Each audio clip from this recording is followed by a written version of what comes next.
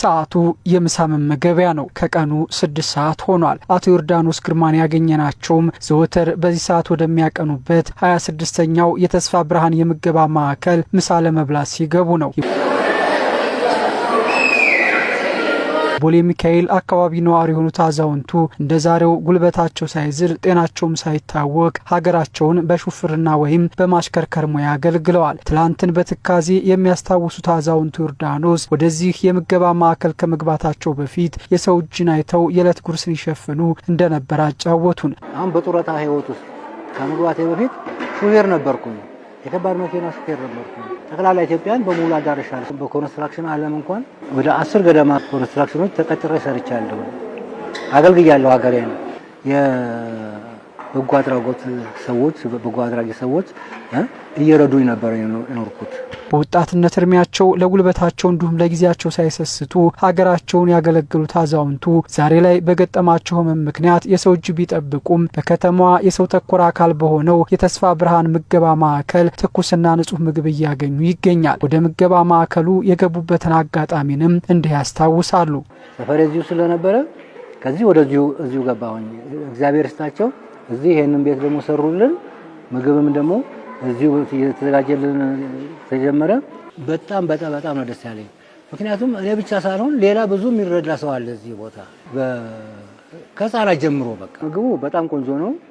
እነሱንም ላደረጉልን የተስፋ ብርሃን ምገባ ማዕከልን ሳላመሰግን አላልፍም። በቀን አንዴ ትኩስና ንጹህ ምግብ የሚቀርብበት ማዕከሉ ከምሳ ባለፈም ለራት የሚሆናቸውን ምግብ ወደ ቤታቸው ይዘው የሚሄዱበት ነው። በቤታቸው የሚቀመስ የሌላቸው አቶ ዮርዳኖስም ከምገባ ማዕከሉ ለራታቸው የሚሆን ምግብ ከሚወስዱት መካከል ተጠቃሽ ናቸው። የብዙዎች ተስፋና ስንቅ እየሆነ የመጣው የምገባ ማዕከሉ ክብርን በጠበቀ ሰብአዊነትን ባከበረ መልኩ ንጹህና ትኩስ ምግብ ከማቅረብ ባለፈም ጧሪ ደጋፊ ለሌላቸው አቅመ ደካሞች ተስፋን እየዘራ ይገኛል። ትልቅ ተስፋን ያገኘሁት የከተማ አስተዳደሩን እና የወረዳው አስተዳደር እነኚህ ረድተውናል። እግዚአብሔር ይስጣቸው እንላለን። በከተማ አስተዳደሩ አስተባባሪነት በቀና በጎ አድራጊ ግለሰቦችና ተቋማት ለጋስነት የቀጠለው ማዕከሉ ተጠቃሚዎች የዕለት ጉርስ ፍለጋ ለማግኘት የሚያደርጉትን ውጣ ውረድ ያስቀረ ሸክማቸውንም ያቃለለ ሆኗል። በራብ 2 ቀን በራብ አድርኩት። በራስ ውስጥ ማለት አድሬ አረብ ያልኳት አንተ ከየትም ከያመጣው አንተ እኔ ጠብቃለሁ አልኳት። አራስ ውስጥ ማለት ከዛም በኋላ ኑ እናንተ እዚህ ውስጥ እንዳለ ኑ አሉ።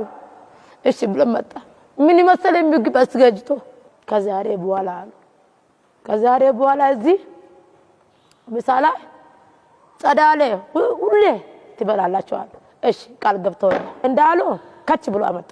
እዚህ በልቼ ከዛ እንጀራ ከዚህ ወስጄ ቤት አስቀምጬ ከዛ አብራችንን እንበላለን ቤት ውስጥ ማለት ነው። ሁሉም ነገር ፉል ነው፣ ባሽ ነው።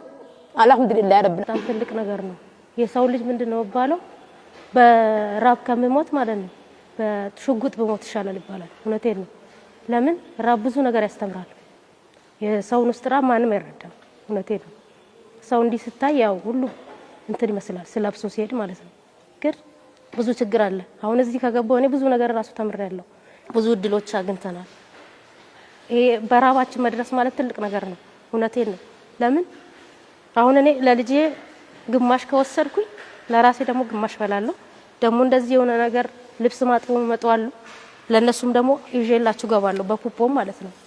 በዚህ ኩፖም መሰረት በስራቱ አሁን አስተናጋጆቻችንን ከልብ እናመሰግናለን። በተለምዶ ቦሌ ሚካኤል ተብሎ በሚጠራው አካባቢ የሚገኘው 26ኛው የተስፋ ብርሃን የምገባ ማዕከል በቀን 300 አቅመ ደካሞችን እየመገበ ይገኛል።